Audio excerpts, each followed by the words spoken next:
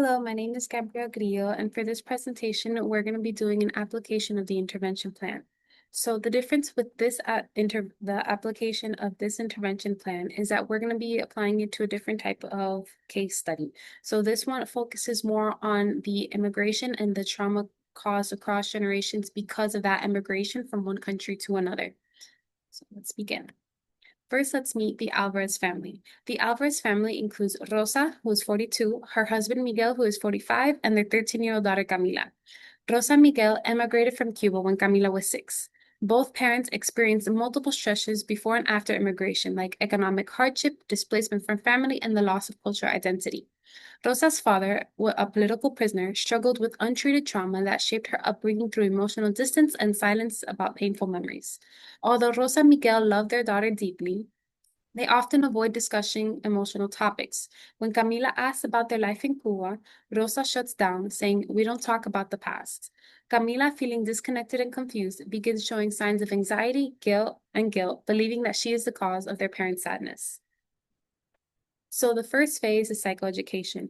Each phase is about 4 to 5 sessions, depending on each family and each case study.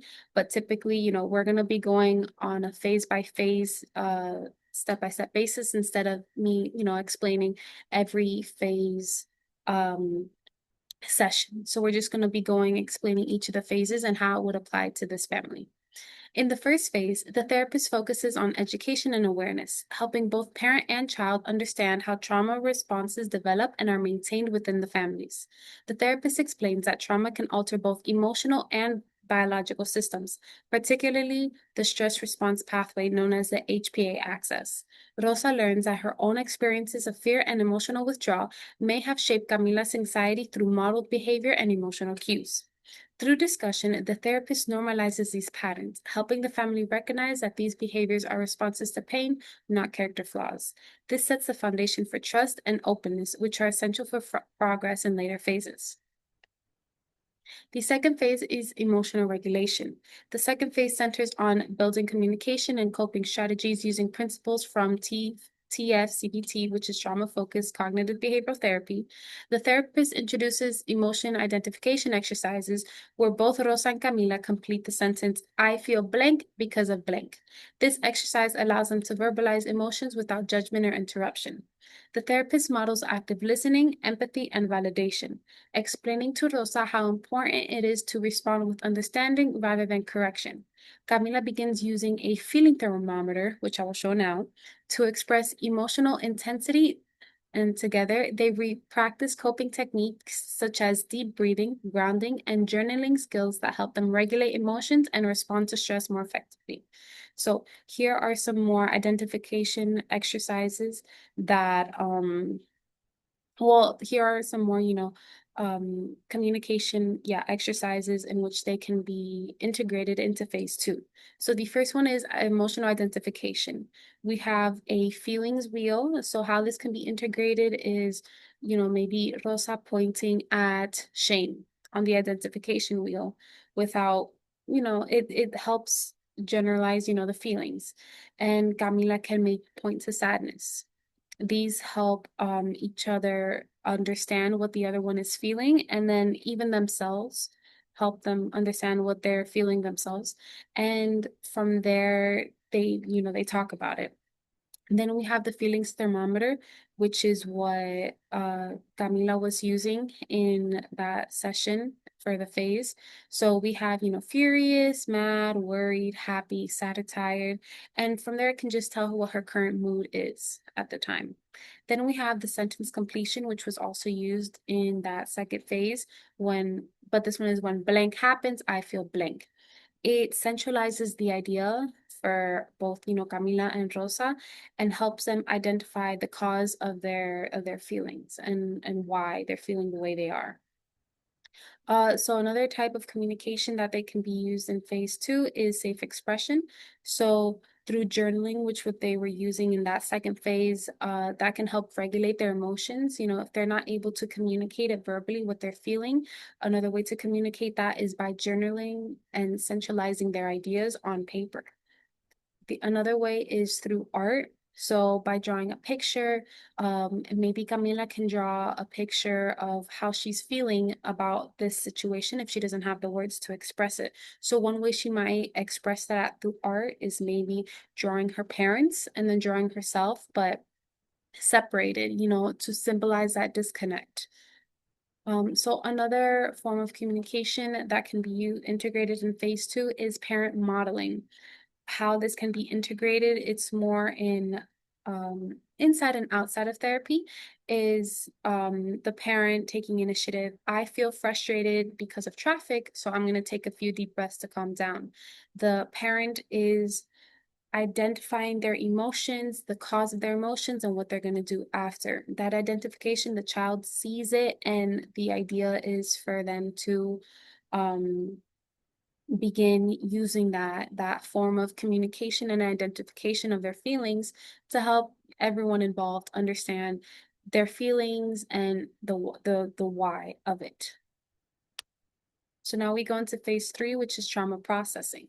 In trauma processing, the therapist guides Rosa and Camila through trauma processing exercises, focusing on expressing and reinterpreting their experiences in a safe environment. Rosa creates a written trauma narrative about her life in Cuba, describing fear, loss, and silence. Camila draws an image representing what home feels like to her. Split between Cuba and the US, these creative approaches are particularly beneficial for children, allowing expression beyond verbal language as they share their work. The therapist helps both mother and daughter challenge negative beliefs that have emerged from trauma. So, in phase two, now we go into phase three after we identify what each other's feeling and how we can rework those ideas and those beliefs and thoughts. So, for example, Rosa's statements, talking about the past will only hurt my daughter. That can be reframed as talking about the past can help us understand each other and heal. Camila's thought, I make my mom sad, becomes my mom feels sad because of her own past, not because of me. These shifts reflect cognitive restructuring, which is a key element of TFCBT. Together, they begin transforming silence into connection. Phase four is attachment repair. By the fourth phase, Camila and Rosa are ready to rebuild emotional trust through attachment-based family therapy principles. The therapist facilitates emotionally focused dialogues, allowing both to express unmet needs and hurts. Rosa shares, I shut down because that's what I learned to do when things got painful, but I see how that made you feel alone. Camila responds, I just wanted to understand you, not lose you. These moments mark a turning point. Through vulnerability and guided emotional repair. Rosa and Camila begin forming a secure attachment, a foundation built on mutual empathy and emotional availability. The therapist reinforces how these positive interactions help the brain and body rewire old trauma responses into healthier patterns.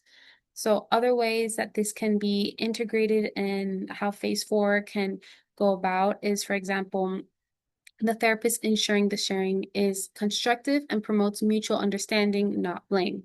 So, for example, Rosa explains her experience leaving Cuba, and Camila shares how it felt to be uprooted. They practice empathetic responses to each other's stories, which is providing, that validation, that understanding, and that active listening. Another way is the therapist creating a structured environment for parent and child to express emotions safely. For example, Camila says, I feel scared to tell you things because I think I'll accept you.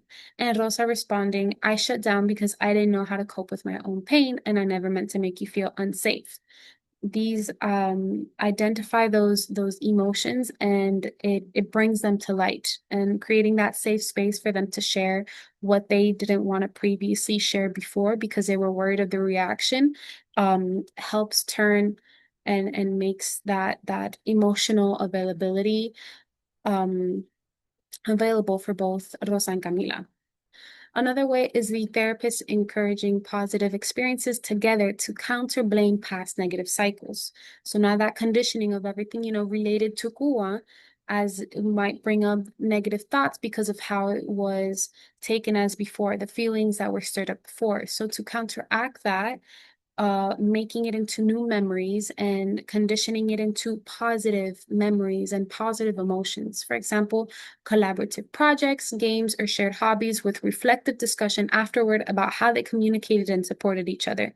This can be talking about the culture, experiencing the culture, playing, dominoes or games, or talking about stories about the past and what they remember and what they recall, and just turning those negative emotions more positively to rewire the trauma responses.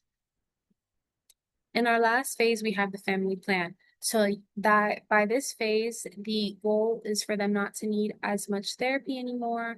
Of course, with scheduled, for example, monthly visits by the therapist. So now this family plan is to rework more into outside of therapy and how to continue that. So these discussions and the emotional availability and communication isn't only for therapy, but goes out into the real world.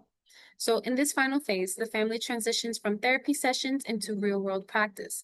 They develop a family resilience plan. That includes weekly emotional check-ins, shared activities like cooking Cuban meals together, and continued use of the coping tools learned in therapy. The therapist revisits the PTSD symptom checklist to evaluate progress and highlight measurable improvements, reduced hypervigilance, fewer nightmares, and more open communication. To maintain progress, periodic follow-ups are scheduled to prevent relapse and reinforce the skills developed. Rosa reflects, I used to think silence kept us safe. Now I see that sharing our story keeps us connected. Again, that rewiring of negative thoughts and beliefs. So that would be a successful intervention plan applied to this case study in this family, the Alvarez family.